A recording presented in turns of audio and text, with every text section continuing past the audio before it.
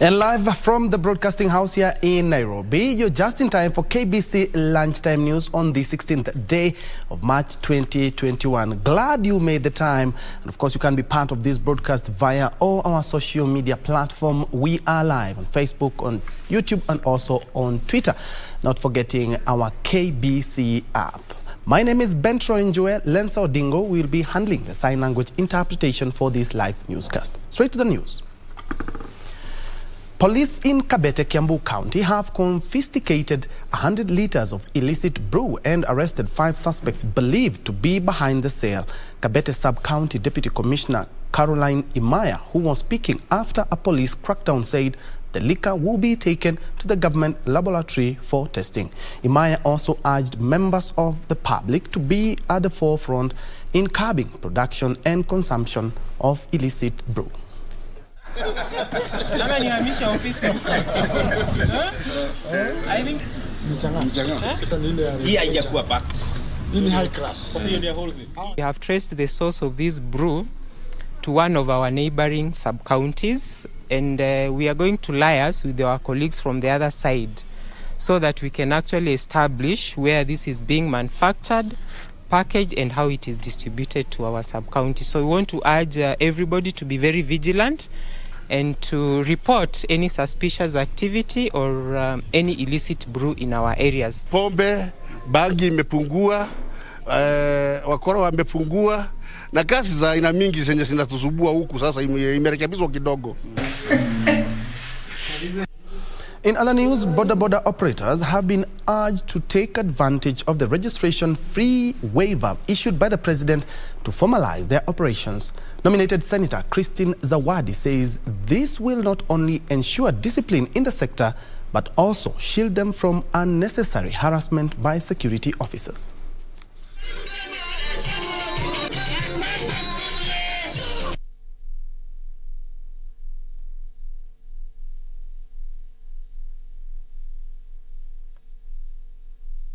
Mheshimiwa Uhuru Muigai Kenyatta amefutilia mbali yale malipo ambayo hulipwa ndio mtu akaweza kupata kile kibali cha license. Vijana wote hawa waende Huduma Centers, waende wajisajili na watatengenezewa license zao bure bila hata shilingi. Tunazungumzia yale mashamba ya tangu beberu, yale mashamba ambayo yanamilikiwa na Waarabu hasa ndio ambao wanamiliki hayo mashamba, ambayo watu wetu wamekuwa maskota miaka hiyo mpaka leo. Hayo ndio mashamba ambayo Mheshimiwa Gavana na chama cha PAA kwa ujumla inazungumzia.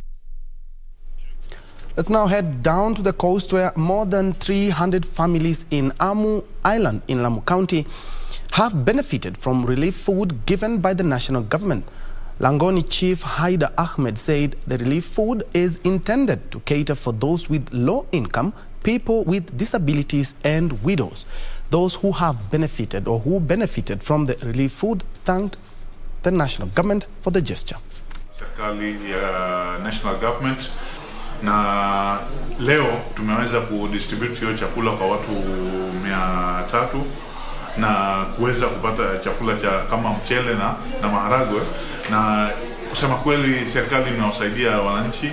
Kila location tumeweza kupata mchele gunia 75 na maharagwe gunia 60 kulingana na ukame, na pia baada ya corona watu wengi wameweza kukosa kazi, pia kuwa na hali ngumu za kimaisha.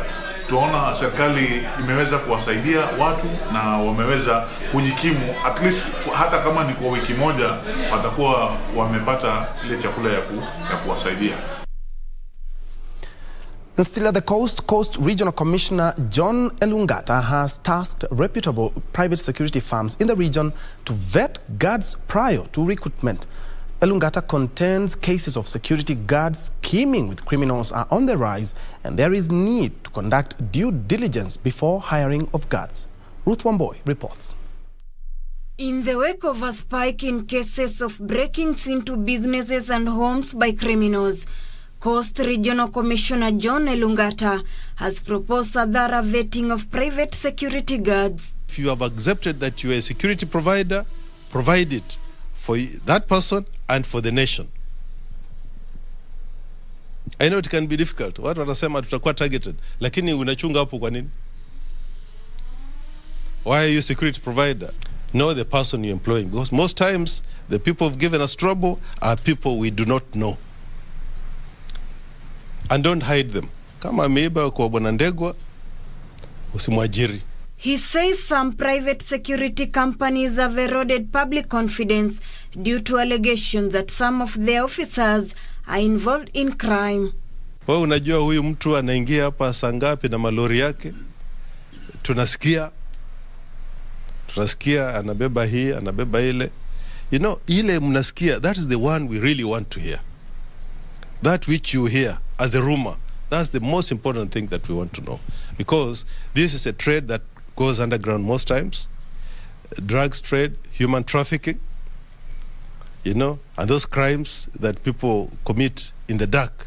Elungata said broad partnerships between government security agencies and private security providers is the only way to end rampant insecurity.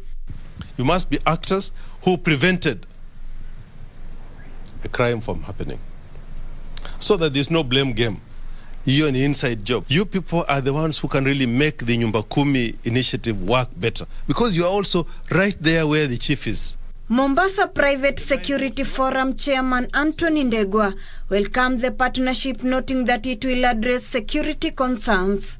Despite of where we come from, we have put our efforts together to see that we make Mombasa a better place to do business and a better place to live. That says the partnership is key as the country gears towards August 9th general election, when criminal activities are likely to escalate.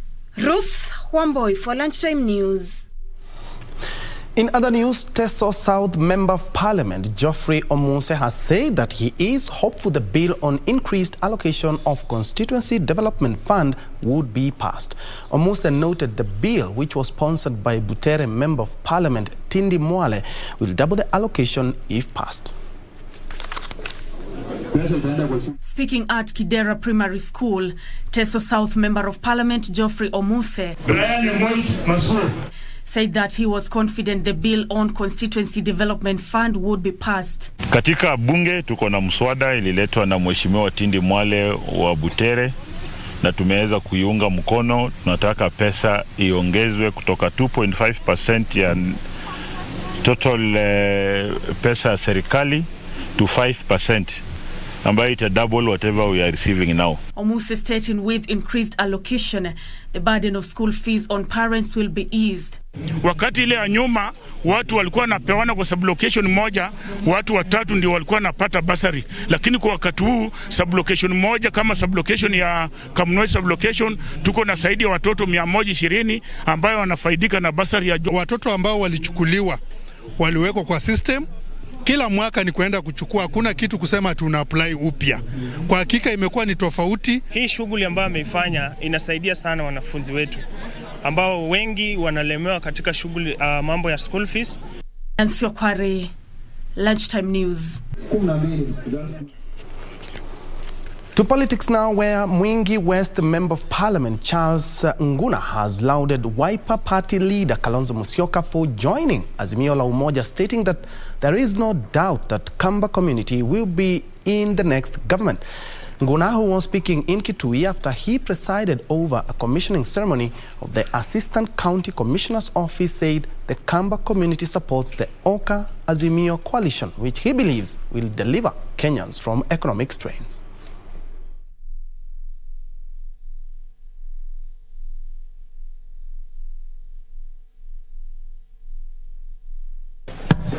I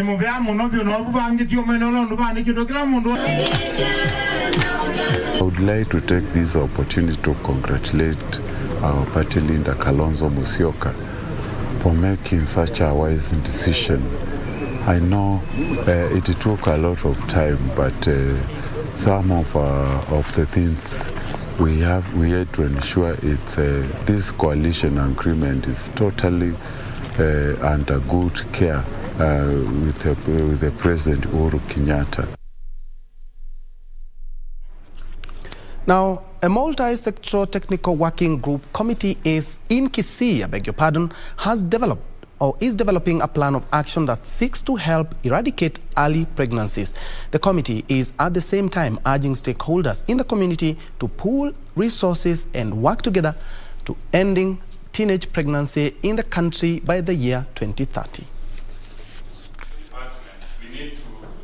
Kisii County has adopted a multi-sectoral approach to address the high number of teenage pregnancies in the region. South Nyanza Regional Population Coordinator Rose Wakuloba said the committee was established in December last year and is working to ensure no one is left behind in fighting the vice. In 2019, we held the Nairobi Summit, or the International Conference on Population and Development in Nairobi, and Kenya made a number of commitments, actually 17 commitments, and commitment number 1 was talking about improving the welfare of young people, and one of the key issues that was supposed to be dealt with is to end teenage pregnancy in Kenya by the year 2030. Kisii County Child and Adolescent Focal Person Dr. Paul Obogo noted that the county had registered high numbers of teenage pregnancies among girls aged 10 to 19 years.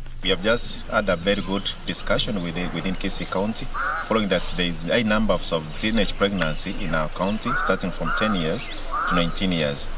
We have just discussed on some few parameters we need to do, and I'm requesting that the community to bear with us. Multi-sectoral Technical Working Group Committee is chaired by the Kisii County Commissioner, and members include the representatives from the county government, national government departments, parents and teachers associations, private sector, police, judiciary, people living with disabilities, matatu and boda associations, and non-governmental organizations.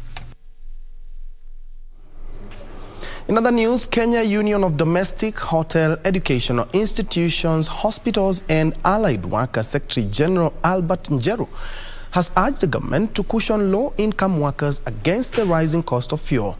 Njue says most Kenyans are suffering due to hiked fares in the public transport sector, and at the same time, the workers' umbrella body wants the government to look for ways of eradicating corruption, which has hindered development in most sectors across the country.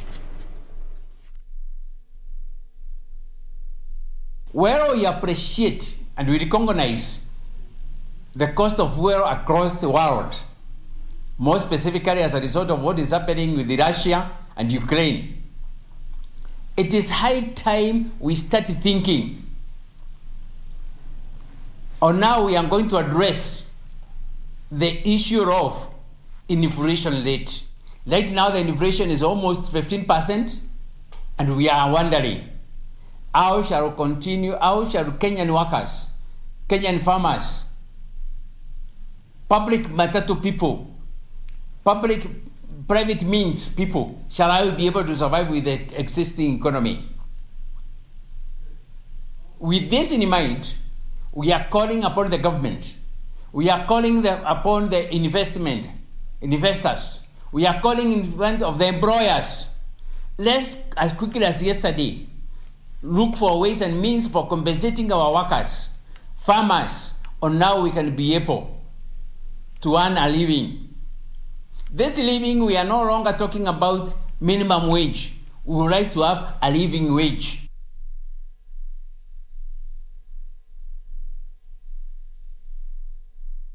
At about 1:15, we are taking our first breather, but before we do that, allow me to appreciate Cosmas Otieno. You say, count me in, live from Daragwa. We have Arukoyet Kaldit watching live from Kericho, Lavi Donald watching from Malava, Kakamega County. We also have Mian Zoina say, I'm here with you. Be right back after these messages.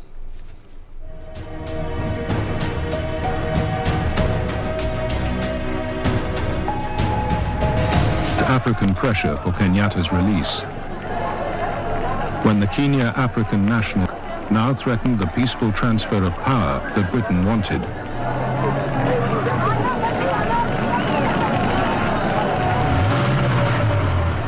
So, in August 1961, Governor Renison bowed to the inevitable. Jomo Kenyatta, the man he had called the leader to darkness and death, returned home to a tumultuous welcome. After his release, Kenyatta accepted the presidency of KANU, a party whose radical platform was a near certainty to take over when Britain left.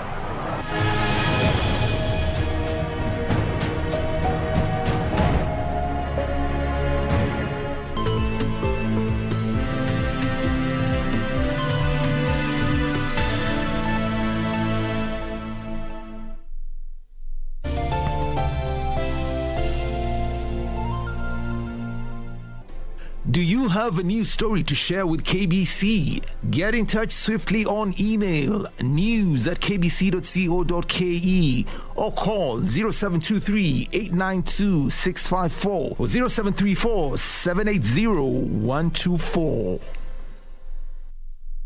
And that's a positive sign of intent. Ball comes to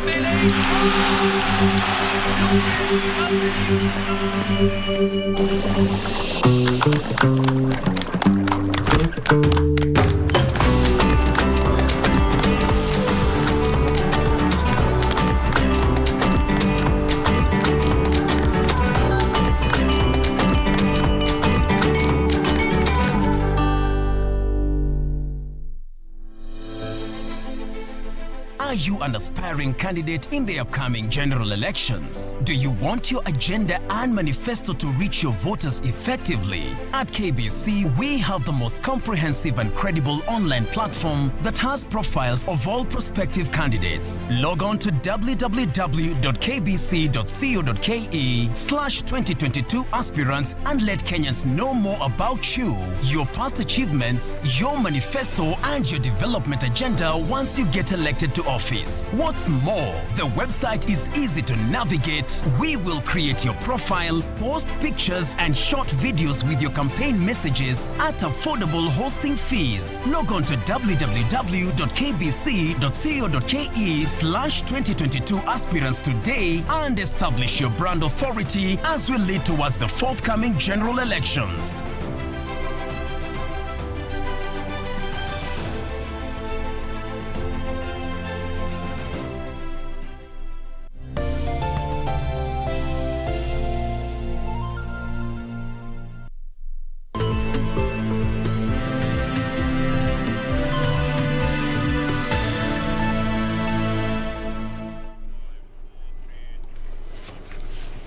Welcome back. Just in case you joined us, this is KBC Lunchtime News. In other news, the National Council for Population and Development has called for proper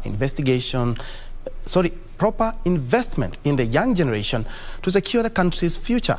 NCPD Director General Dr. Mohamed Sheikh says without providing the youth with the right skills and opportunities, the country's development is in jeopardy. Sheikh was speaking during an engagement forum with media professionals where the State Department of Planning and Media Council of Kenya entered into a strategic partnership that will shape the narrative on population and development.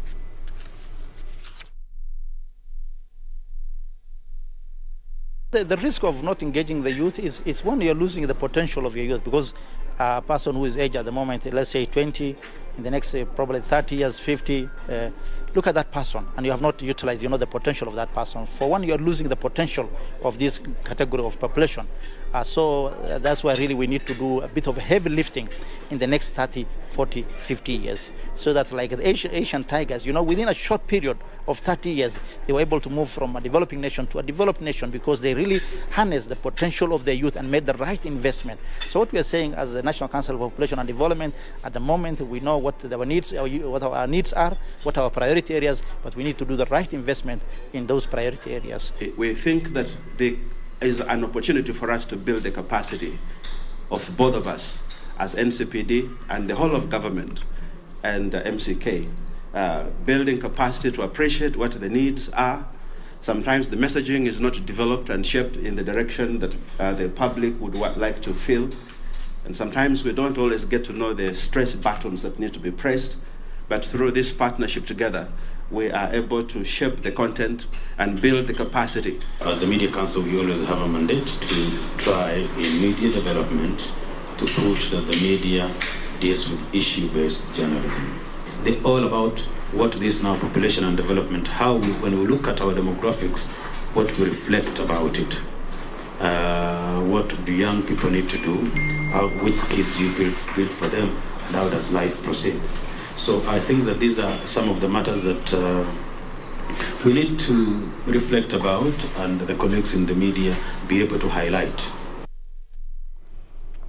Now, 3 bishops under the African Independent Pentecostal Church of Africa, AIPCA, have joined forces to lobby for the unity of the church across the country during the Lenten season. Archbishops Julius Njoroge, Frederick Wangombe and Samson Moduri say the season preceding Easter provides the perfect opportunity to work on underlying issues that cause leadership wrangles in the church.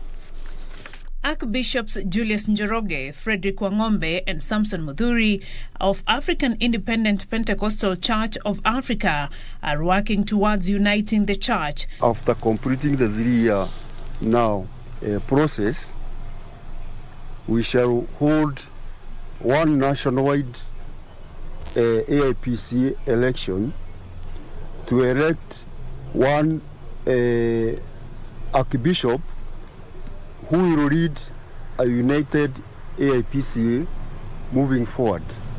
They accuse a section of church leadership of bringing division, especially through social media propaganda. We reject the social media articles which have been circulating indicating that AIPCA church is being intimidated and forced to unite against its will by His Excellency the President. It is out of free will that we sat down, the 3 of us, and agreed that we will unite the church, which we have gone a step forward. AIPCA plans to hold elections next year that will bring to the end the prolonged leadership wrangles that involve 3 factions. Currently, Bishop Njoroge, Wangombe and Muthuri are overseeing preparation of Lenten oil that will be used in pre-Easter celebrations at Gakarara Church in Murang'a County. Beatrice Getonyengetich, Lunchtime. Elsewhere, in a bid to fill a glaring gap in media and communication training within Embu County and the Mount Kenya region, the University of Embu has started a new media training department. Vice Chancellor Professor Daniel Mugendi said the media training at the institution is a market-driven initiative for Embu County and the larger region. He said the university management will launch a television and radio station to enable students to provide students with practical experience. Field of media and journalism and things like those. So we are thinking that we are giving this opportunity for those who would want to do this, to take those studies in an environment that is good, that is conducive, and without having to go very far. So we think then this is going to help not only the inhabitants of this Embu County, but also the country at large.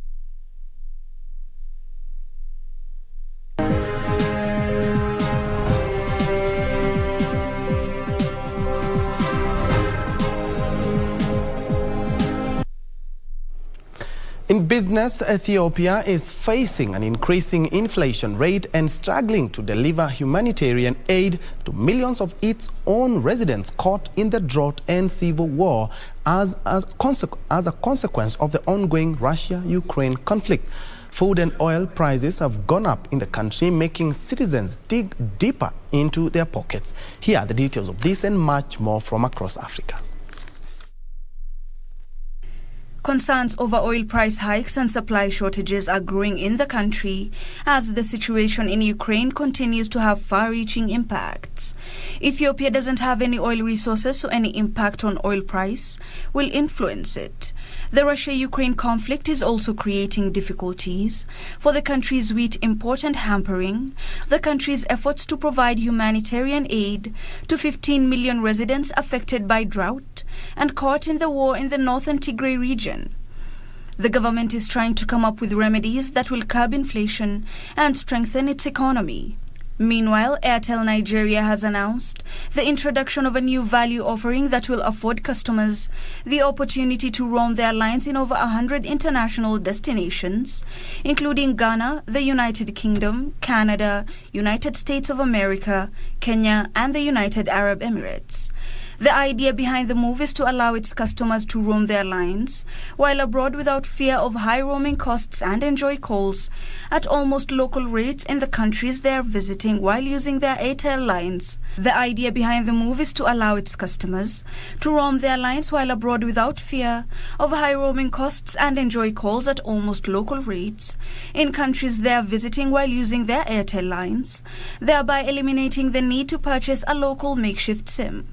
The plan is available to both prepaid and postpaid customers, and no opt-in code is required to activate the offer. Finally, South Africa's aviation regulator has indefinitely grounded a fleet owned by Comair, a British Airways franchise, following a series of safety incidents. This comes a day after the airline was suspended, after it failed to convince the South African Civil Aviation Authority that it had adequately addressed the safety issues because the plane made an emergency landing just a few minutes after taking off, with dramatic videos on social media showing scared passengers crying and praying loudly on board. Comair operates regional and local flights in South Africa for British Airways and budget airline Kulula, though it is unclear when it will resume flying.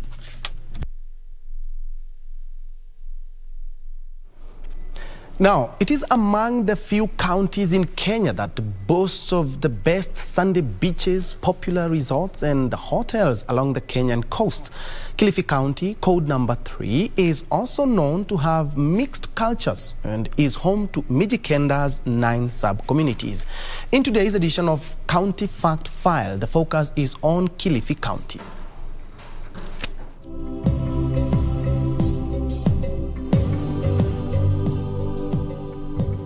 Kilifi County, county number 3, is located in Kenya's coastal region. It is home to the Mijikenda's 9 sub-communities that include Giriama, Chonyi, Rabai, Digo, Duruma, Jibana, Kambe, Kauma and Ribe. With a population of close to 1.5 million as per the 2019 Kenya Housing and Population Census, the county covers an area of 12,000 kilometers squared. Kilifi County borders Tana River County to the north, Taita Taveta County to the west, Mombasa and Kwale counties to the south, as well as the Indian Ocean to the east. Kilifi County has 508,000 registered voters as per the 2017 Independent Electoral Boundaries Commission register and has its headquarters in Kilifi town. The county comprises 7 constituencies, namely Kilifi North, Kilifi South, Kaloleni, Rabai, Ganze, Malindi and Magarini. The 7 constituencies are further divided into 35 wards. Amason Jeffer Kingi is Kilifi County's governor, serving his second and final term. Tourism and fishing are the main economic activities in the county, owing to its proximity to the Indian Ocean.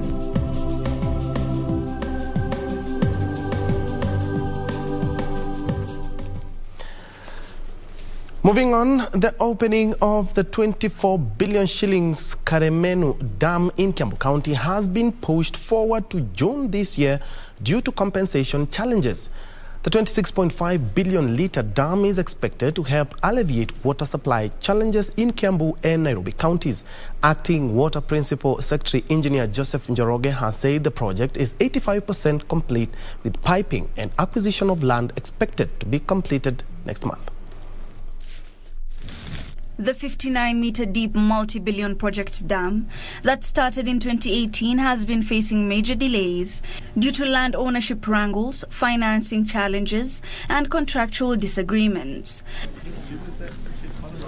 However, the government has prioritized the completion of the Vision 2030 project.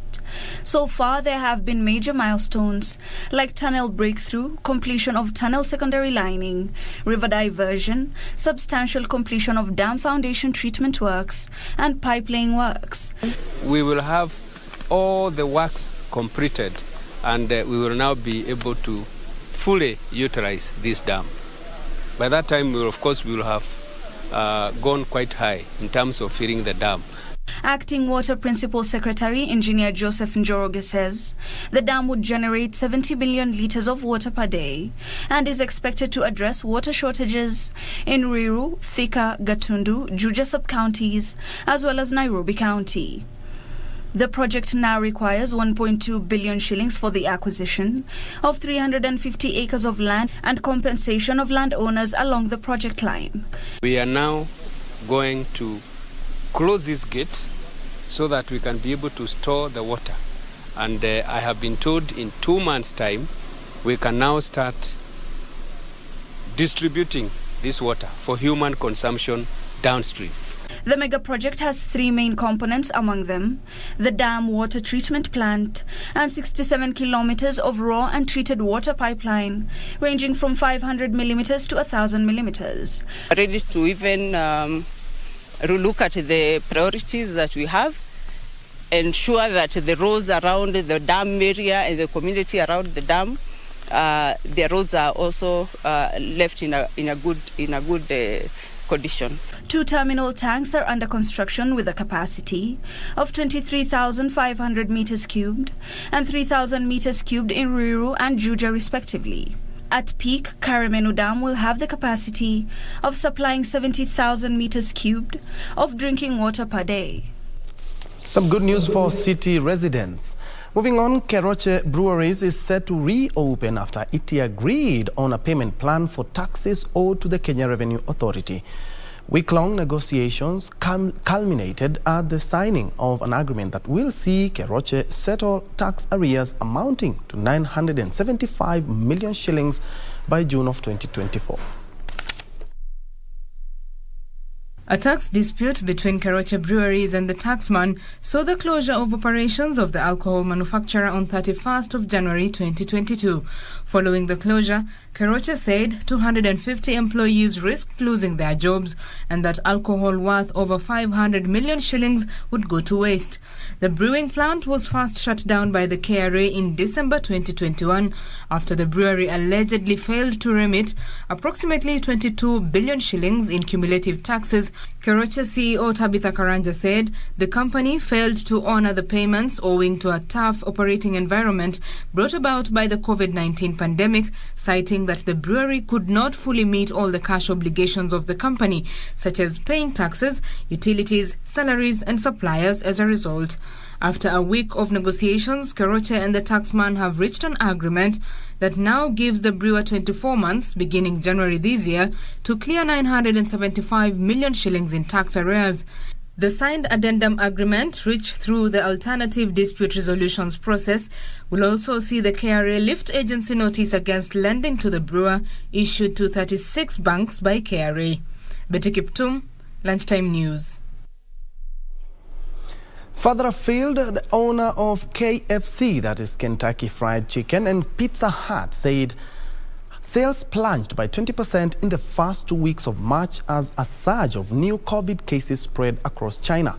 Yum China said the situation has rapidly deteriorated as regional lockdowns have been put in place to stem the outbreak. Here are the details of this and other stories from around the world. More than 1,100 of its stores are temporarily closed or offering takeaway as sales are still trending down. China's lockdowns are among its biggest since the beginning of the pandemic.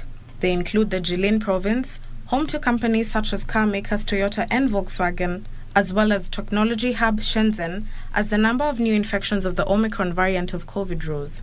Yum China said, entering March, the situation has rapidly deteriorated, with the highly transmissible Omicron variant causing outbreaks across China, including economically important regions of Guangdong, Shanghai, Shandong and Jilin. There are concerns that the restrictions could have an impact on global supply chains. Elsewhere, motoring groups have called for fuel prices to fall as the cost of crude oil fell to its lowest level for 2 weeks.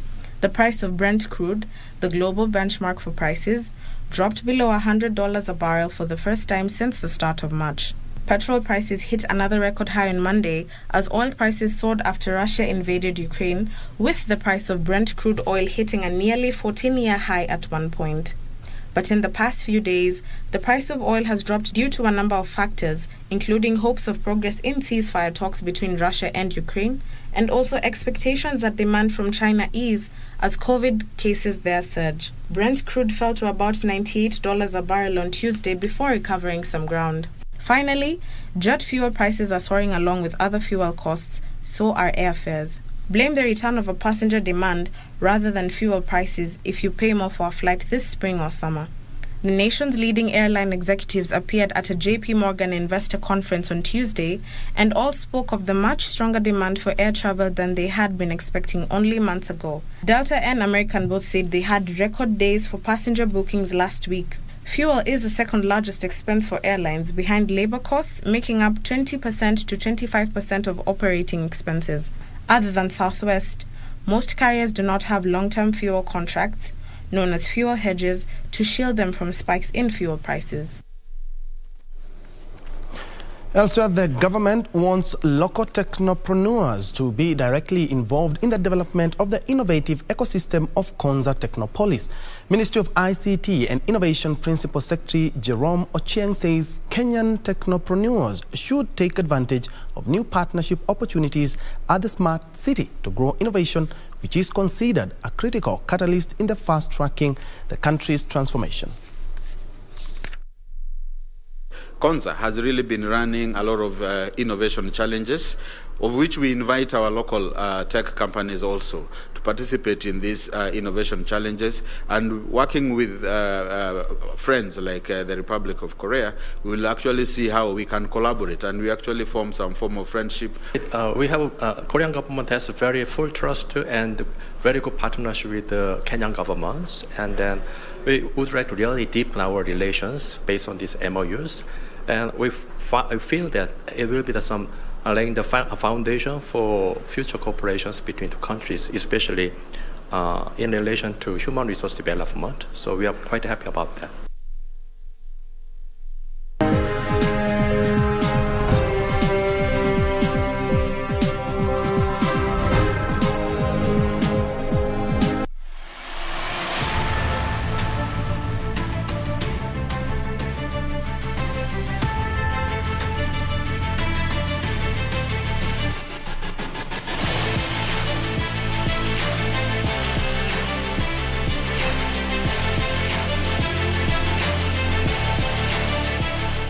Spanish soccer giants Atletico de Madrid humiliated Manchester United at home by beating them 1-0 to progress to the quarterfinals of the European Champions League on 2-1 goal aggregate. Meanwhile, Darwin Núñez scored the winner as Benfica beat